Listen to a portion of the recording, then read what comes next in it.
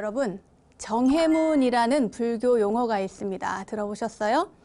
이것은 자신의 깨달음이 어느 정도인가를 선사에게 여쭙고 그 판단을 구하고 인정해 달라고 묻는 것인데, 예를 들면 이런 것입니다. 엄양선사가 조주선사에게 묻습니다. 한 물건도 가지고 오지 않은 때가 어떠합니까? 라고 여쭈니까 조주선사가 답하기를 내려놓아라 라고 했다고 합니다. 그러자 엄양선사가 한 물건도 이미 가져오지 않았는데 무엇을 내려놓으라 하십니까? 라고 얘기를 합니다. 그러니까 조주 스님께서 놓기 싫거든 그냥 짊어지고 가거라 했답니다. 여러분 느낌이 오시나요? 아주 유명한 얘기죠. 내려놓아라, 즉 방하착에 대한 법문입니다. 자, 깨달음을 향한 선사들의 끊임없는 구도의 길, 우리도 그 길을 향해 한 걸음 떼어보려고 하는데요. 오늘 지식인 불교 수행법 3편에서는 참선에 대해서 알아보고 또 실습 시간을 가져보도록 하겠습니다.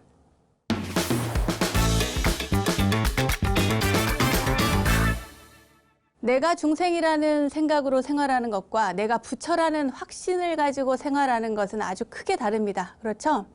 본래 부처임을 믿고 살아가면 언젠가 부처 노릇을 하게 돼요. 하는 것마다 모두 부처의 행위 됩니다. 하지만 자신을 난 중생이야 이렇게 생각하고 계속 살면 그 중생심에서 벗어날 수가 없습니다.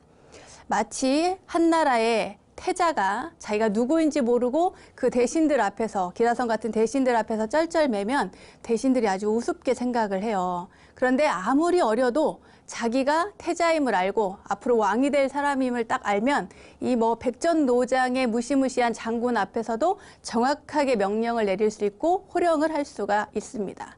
그러면 대신들은 그 명령을 따를 수밖에 없겠죠? 이처럼 내가 누구인지를 늘 자각하면서 사는 것이 중요합니다. 내 안에 부처가 있음을 참으로 믿는다면 어떠한 경계도 그 누구도 나를 건드릴 수가 없습니다. 자, 여러분, 오늘 우리 주제는 참선인데 조금 어렵긴 하지만 잘 따라오십시오. 자, 그럼 그 참선이라는 게 무엇인지 한번 살펴보도록 하겠습니다.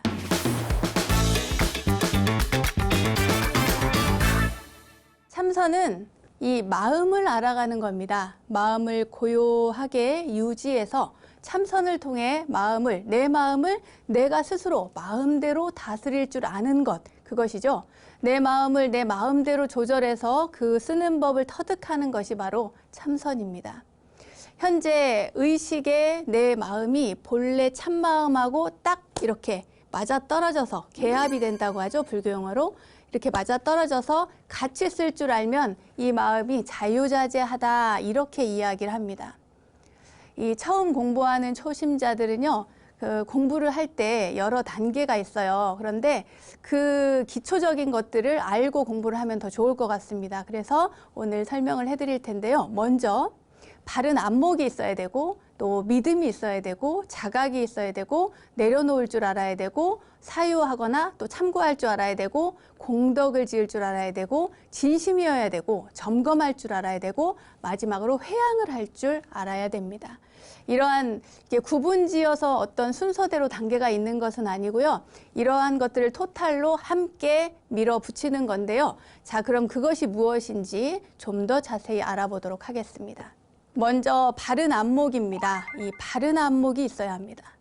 이론 없이 길을 가는 것은 수학의 기초 공식도 모르는데 갑자기 고등 수학책을 펼쳐놓고 푸는 것처럼 어리석은 일이죠. 이 세월만 그냥 보내게 됩니다. 그러니 불교의 기본을 먼저 알아야 됩니다. 바른 안목. 두 번째는 믿음이 있어야 됩니다. 자신이 어떤 사람인가? 자신의 참모습이 본래 부처인가 아닌가? 이런 것들을 확실하게 믿을 줄 알아야 되는 거예요. 내 스스로 내가 부처다라고 하는 믿음, 이것이야말로 도의 근본이기 때문에 이러한 믿음 없이는 그 어떠한 수행도 이렇게 진척이 없습니다. 공부는 믿고 하면은 힘이 덜 들고요. 즐겁고 또 기쁘게 할 수 있지만 아무런 믿음 없이 이게 되겠나 이렇게 생각하면서 하면 장애가 너무 많아서 할 수가 없습니다. 세 번째, 자각할 줄 알아야 됩니다. 자각.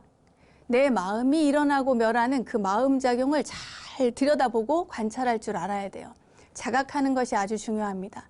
내가 밥을 먹는지, 내가 가는지, 지금 이야기를 하는지, 공부를 하는지, 내가 참선을 하는지, 누구랑 싸우는지, 어떤지 스스로에 대해서 잘 살펴보고 자각할 줄 알아야 돼요.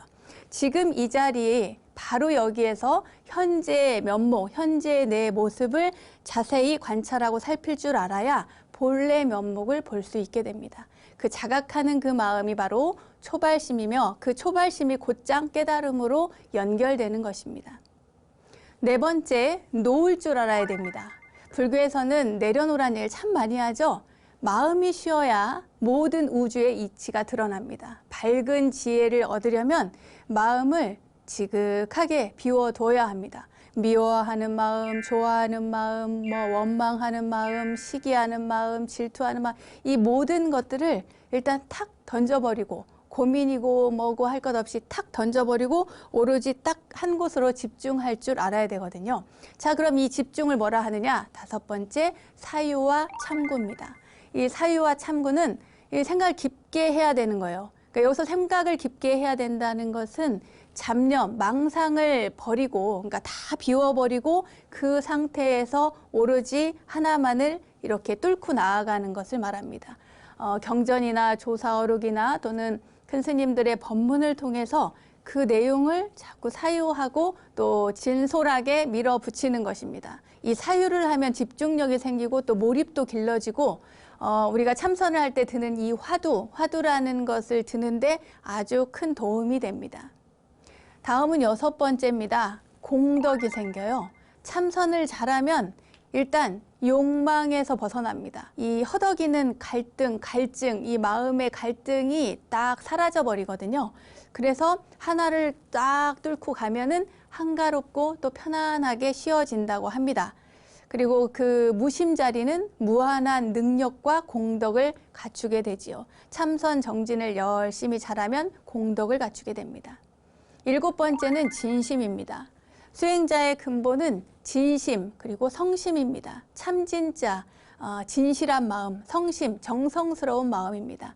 진실한 사람만이 바로 믿음을 세울 수가 있거든요. 이 진실한 믿음은 정성을 다하면 또 하심을 하게 되고요.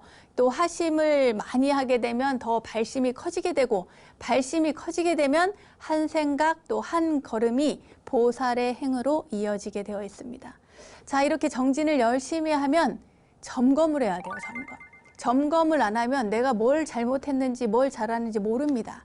그러니까 잘못된 견해에 속지 않으려면 반드시 선지식을 챙견하고 공부의 점검을 받아야 합니다. 이 법문을 자주 듣고 도반들과 더불어서 공부하는 것이 가장 바람직하다고 할 수 있습니다.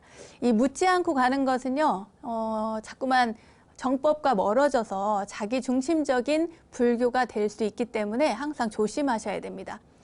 마지막으로 회항입니다. 공부를 열심히 잘했으면 가족과 이웃, 국가, 인류, 그리고 이 우주 만물, 생명이 있는 모든 존재들에게 서로 의지하면서 지금의 내가 있기 때문에 수행하는 삶, 그리고 회항을 잘 해야 됩니다. 내가 지금 어렵고 부족하더라도 남을 위해서 보시하고 봉사하는 것에 솔선수범해야 되는 거죠. 처음 공부하는 발심 수행자들이 갖추어야 할 공부의 단계들이 바로 이러한 것들입니다. 마지막 회항까지 말씀을 드렸는데요. 다시 한번 짚어보도록 하겠습니다. 첫째, 바른 안목이 있어야 되고 또 올바른 믿음, 신심이 있어야 되고 그리고 스스로가 어떠한 상태인지 나는 누구인지 자각해야 됩니다. 그리고 삿된 것들, 망상들, 장애가 되는 것들을 다 내려놓아야 되겠죠. 그리고 깊이 있게 부처님의 말씀과 조사 스님들의 법문 이런 것들을 잘 사유하고 참고해야 됩니다. 그리고 공덕을 쌓아야 되고요. 그 다음에 진심이 있어야 됩니다. 그런 다음에 점검을 받아봐야 되고 이 모든 것들이 지난 다음에 이 정진하는 모든 것들을 이 우주 중생에게 또 함께하는 더불어 사는 모든 중생에게 회항하는 것, 여기까지 살펴봤습니다. 자, 그럼 이제 본격적으로 참선 수행에 대해서 말씀드리도록 하겠습니다.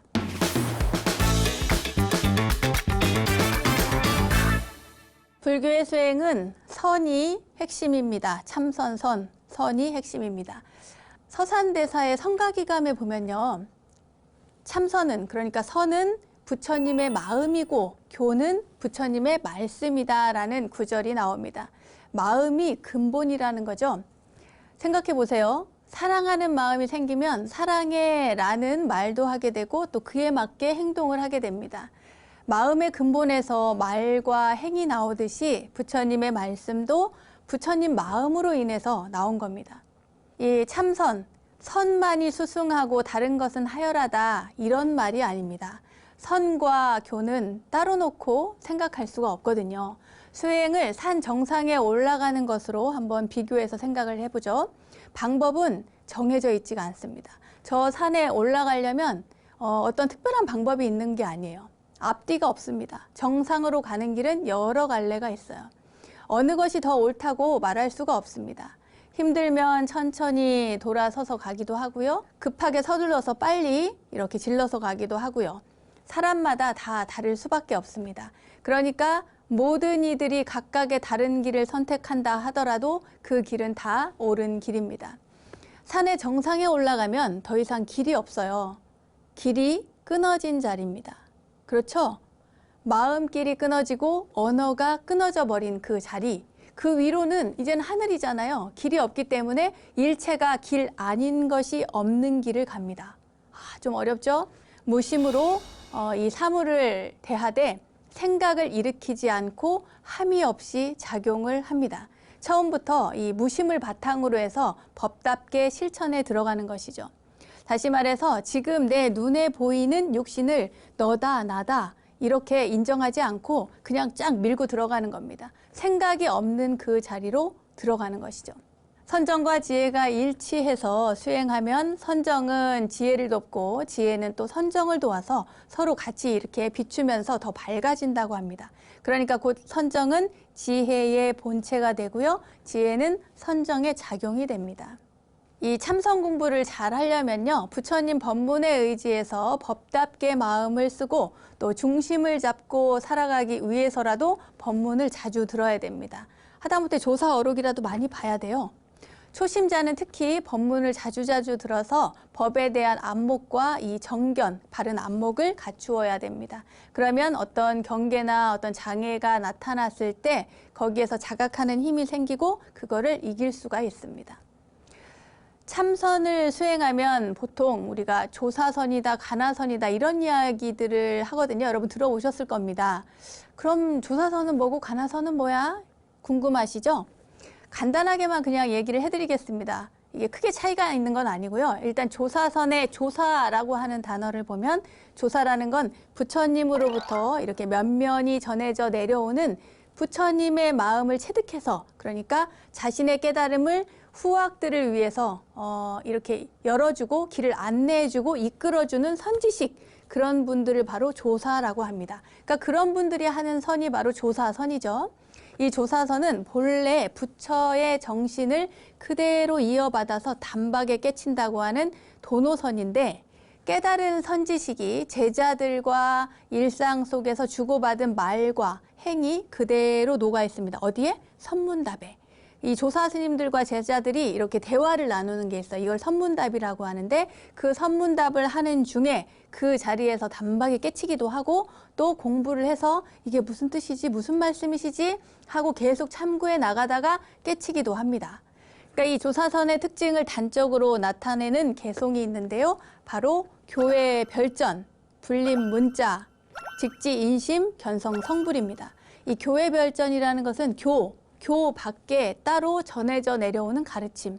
여러분 전에 이심전심 얘기했죠. 부처님과 그 가섭존자의 그 염화미소 얘기하면서 그 얘기를 해드린 적이 있는데 그것이 바로 교회의 별전입니다. 그러니까 부처님의 말씀, 가르침 이외에 따로 전해지는 가르침이 있어요. 뭐? 마음, 심인을 전했다고 하는 것이죠. 그리고 불림문자라는 게 있습니다. 불림문자는 문자를 세우지 않아 문자로 남기는 것이 아닙니다. 그리고 직지인심, 곧바로 사람의 마음을 가르쳐서 견성 성불, 성품을 보면 부처를 이루게 된다는 겁니다. 그러니까 자신의 성품이 본래 부처임을 바로 보면 부처를 이루게 된다라고 하는 겁니다. 이렇게 개송으로 다시 한번 말씀을 드릴게요. 교회별전, 불림문자, 직지인심, 견성, 성불. 여러분 기억해 두시면 좋겠습니다. 이렇게 조사서는 일상생활 속에서 깨달은 선지식들이 제자들과 주고받은 문답, 그러니까 이 선문답을 통해서 깨달아 들어가는 것을 말하는데요. 이것이 어떤 특별한 대화에서만 나타나는 것이 아니라 수행을 할 때는 행주자와 어묵동정을 얘기합니다. 어렵죠? 행주자와 어묵동정. 갈 행자부터 쭉 나옵니다. 가고, 서고, 앉고, 눕고, 말하고, 침묵하고, 움직이고, 고요히 하는 이 모든 곳, 일체처라고 하죠. 그리고 모든 때, 일체 시에 어떤 상황, 그러니까 일상생활에 언제 어느 때 어떤 상황에서도 수행할 수 있는 그런 생활선이라는 특징을 지니고 있습니다. 자, 그럼 가나선은 뭘까요? 가나선이란 이 조사선이 강조한 본래 부처의 정신을 그대로 이어받은 겁니다. 다만 이 부처님뿐만 아니라 조사 스님들의 말씀을 간절히 의심해 가는 거예요. 그러니까 조사 스님들의 이 선문답 있잖아요. 그 선문답의 내용을 가지고 화두라고 하는 것을 가지고 그것을 계속 수행하고 또 참고하고 공부하고 정진해서 이 깨달음으로 향하기 위해서 계속 의심해 가는 거예요. 참고해 가는 겁니다. 그러다가 어느 순간 딱 확철되고 깨달음을 얻는 그런 수행법, 이것이 바로 가나선입니다. 자, 그럼 화두가 뭘까요? 화두라는 것은 깨달은 선지식이 제자들과의 일상생활 속에서 주고받은 말과 행과 뜻이 그대로 법의 문인데 이것이 선문답으로 제시되어서 이렇게 나왔다고 했잖아요. 그때에 특별한 어떠한 구절, 단어, 이 정형화된 것, 이것을 보고 화두라고 합니다. 예, 이 가나선에서는 이 화두를 정형화시켰다는 것이 바로 조사선하고는 조금 다른 부분이라고 할 수 있습니다. 그렇지만 뭐 큰 틀에서 본다면 아주 크게 다르다고는 볼 수 없고요. 다만 가나선에서는 화두를 더 중심으로 한다, 이렇게만 이해를 하시면 좋겠습니다. 자, 그럼 이제부터 화두에 대해서 더 자세히 말씀을 드릴게요. 먼저 이 일화를 한번 들어보세요. 어떤 스님이 조주 스님께 여쭈었습니다. 달마가 서쪽에서 온 까닭은 무엇입니까? 이렇게 여쭈니까 조주 선사께서 하시는 말씀이 뜰 앞에 잣나무다 라고 말씀을 하신 겁니다. 이 무문간에 나오는 유명한 선문답이죠. 뜰 앞에 잣나무. 달마대사가 서쪽에서 온 까닭을 물었는데 갑자기 웬 뜰 앞에 잣나무라니, 너무 뜬금없는 말이 아닐 수가 없죠. 도대체 왜 이런 말을 했을까? 알지 못하니까 자꾸 의심을 하는 겁니다. 도대체 이게 뭐지? 왜 뜰 앞에 잣나무지? 알 수가 없어서 계속 궁금한 거예요. 이때 말하는 뜰 앞에 잣나무, 이것이 바로 화두입니다. 그리고 이런 화두를 품고 계속 공부를 해나가야 되는데 이 전체의 내용을 알면 더 좋잖아요. 이 전체의 내용이 바로 선문답의 내용이 공안입니다. 이 공안이라는 것은 원래 공부, 그 옛날 중국에서는요, 그 관청을 공부라고 했어요. 그래서 이 공부와 안독, 그러니까 관청에서 쓰는 공문서 있잖아요. 그 공문서를 안독이라고 했습니다. 그래서 공부의 공자하고 공문서인 안독의 안을 따서 공안이라고 말을 했던 겁니다. 그러니까 처음에는 이 공안이라는 말이 헌법, 법령, 공문 이런 것들을 나타내는 단어였는데 중국 당시에 그러니까 행정 용어였는데 그것들이 불교로 들어오면서 깨달음을 성취하고자 하는 수행자들이 사용하는 꼭 공부해야 하는 어떤 법칙이라고 하는 단어로 공안이라고 이야기를 붙였습니다. 이해가 가시겠죠? 굉장히 중요한 것이기 때문에 그렇게 그 공안이라는 단어를 불교에서 이렇게 받아들인 것 같습니다. 다시 말해서 화두 공안이 깨달음의 기준이 된다는 뜻입니다. 이 참선을 하는 선종에서는 특히나 더욱 그렇다는 얘기죠. 이것을 다른 말로 조사가 되는 관문이라는 뜻으로 조사관이라고도 합니다. 화두를 깨치면 조사가 되니까요. 가나선에서는 화두를 참고한다고 이야기를 합니다. 아까도 말씀드렸듯이 화두에 몰입해 들어가서 화두와 내가 이 하나가 돼서 의심해 가는 거예요. 그래서 볼 간자, 간화할 때 이 화자는 대화하다, 이야기하다, 그런 이야기입니다. 그러니까 보다, 참고하다, 어떠한 주제의 단어를 이렇게 보고 참고해 나가는 거예요. 이것이 바로 간화입니다. 자, 그러면 화두의 예를 들어보도록 하겠습니다. 무자 화두를 한번 예로 들어볼까요? 여러분 무자 화두 많이 들어보셨을 겁니다. 어느 날 한 수행승이 조주 스님에게 또 여쭈었어요. 오늘 조주 스님, 조주 선사 얘기가 굉장히 많이 나오죠. 대표적인 이런 선사이기 때문입니다. 이 선사께 뭐라고 묻냐면 개에게도 부처가 될 성품이 있습니까? 그러니까 불성이 있습니까? 없습니까? 이렇게 물은 거예요. 그랬더니 없다 이렇게 이야기를 한 거예요. 조주 스님께 어떤 스님이 개에게 불성이 있는지 없는지 이렇게 물었는데 조주 스님이 답하기를 없다, 이렇게 이야기를 했다고 하니까 불교에서는 이상한 거예요. 모든 중생에게는 불성이 있다. 일체중생 개유불성, 일체중생 시류불성 이렇게 얘기를 하는데 도대체 왜 조주 스님께서는 그 큰 스님께서는 저 개한테는 불성이 없다고 얘기했을까? 왜 없다고 했지? 왜 무라고 했을까? 이제 궁금한 거예요. 계속. 여기에서 나오는 이 무라고 하는 이 한 글자가 바로 화두라고 할 수가 있습니다. 여러분 좀 이해가 가십니까? 그런데 우리나라에서는 그리고 일본에서는 이 공안이랑 화두를 크게 구분하지 않고 이렇게 이야기를 합니다만 중국의 선학자들은 이것을 구분해서 이야기를 한다고 합니다. 공안 속에서 선사의 답이나 어떤 핵심어를 딱 뽑아서 화두로 만든 사람이 바로 대해종고선사입니다. 그러니까 이 대해종고선사가 가나선을 제창한 분이라고 기억을 하시면 좋습니다. 화두를 참고하는 방법은 모든 생각을 총동원해서 이 화두 하나에, 무자면 무자 화두 하나에, 뜰 앞에 잣나무면 뜰 앞에 잣나무 하나에 딱 올인을 하는 거예요. 화두와 내가 하나가 되는 거죠. 둘이 아닙니다. 하나가 되는 거예요. 동체가 되어야 된다고 합니다. 그래서 이 선어록 같은 거 보면은 그런 얘기가 많이 나와요. 마치 고양이가 쥐를 잡듯이 또 닭이 알을 품듯이 계속 품고 있어야 되는 거예요. 꾸준하게 집중해서. 그러니까 모두가 올인해서 화두를 참고하라는 그런 뜻입니다. 여러분들 어려우신지 모르겠습니다. 걱정이 많이 되는데 사실은 저도 굉장히 어렵습니다. 설명하기가. 자, 그럼 지금부터 공안에 어떤 것들이 있는지 한번 살펴보도록 하겠습니다. 먼저 선종의 기원이라고 할 만한 공안부터 한번 볼까요? 아까도 말씀드렸듯이 세존의 여마미소, 세존여마라는 게 있습니다. 옛날에 부처님께서 영상회상에서 그 꽃을 들어서 이렇게 대중에게 보이니까 대중들은 이게 무슨 뜻이지 하고 잘 몰랐는데 그 가운데 오직 대가섭, 마가섭 존자만이 미소를 탁 짓고 그 부처님을 이렇게 그윽하게 미소 지으며 바라봤다는 거예요. 그때 세존께서 말씀하시기를 나에게 정법안장과 열반 묘심이 있으니 마가섭에게 부촉하노라 이렇게 말씀하셨다는 거예요. 그러니까 내가 가진 것 중요한 핵심은 마음에서 마음으로 전하는 것, 그것이 바로 이 여마미소로 재탄생되었다고 이해를 하시면 되겠습니다. 자, 그렇다면 여러분 생각해 보세요. 부처님께서 이 꽃을 든 그 이유가 뭘까? 궁금하시죠? 궁금하지 않으세요? 이걸 궁금해하시면 이것이 바로 화두가 되는 겁니다. 이제 여기에서부터 시작이 되는데 유명한 그런 공안들이 많이 있어요.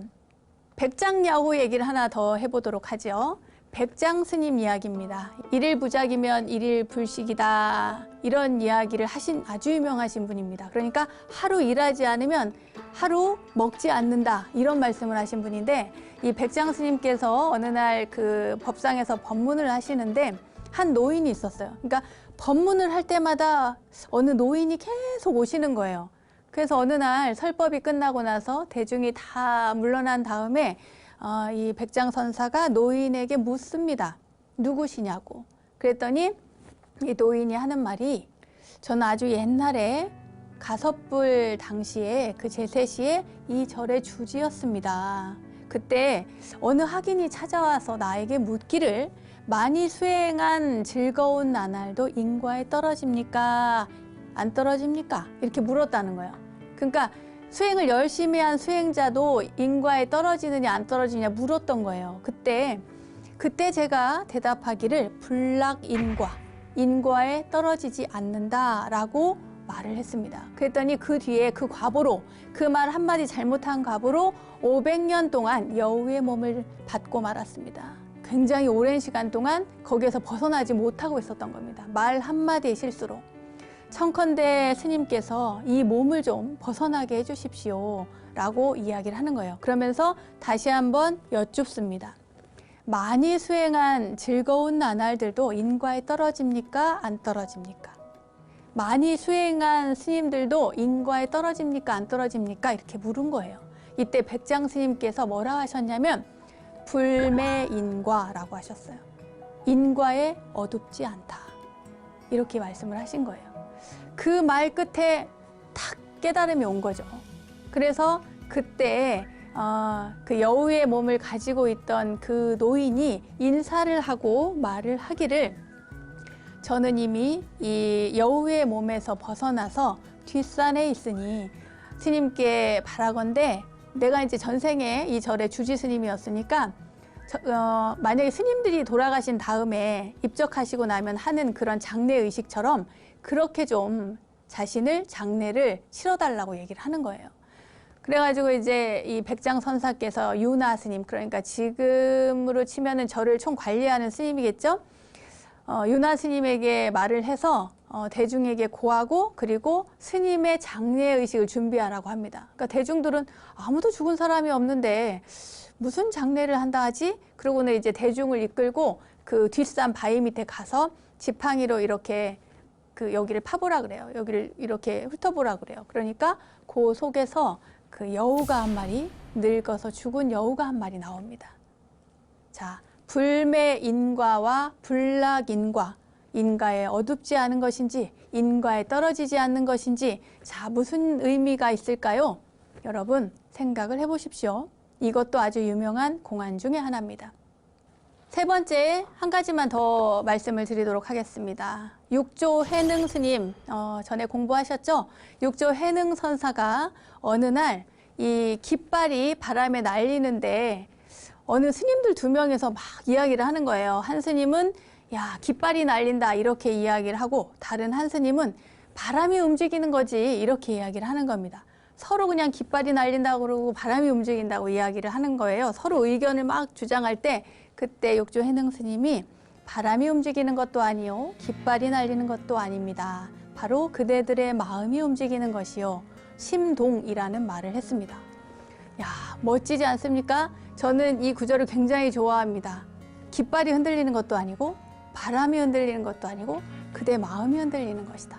야, 여러분 마음이 흔들리고 계십니까? 자, 마음을 다잡고 그리고 한번 정진을 해보시기 바랍니다.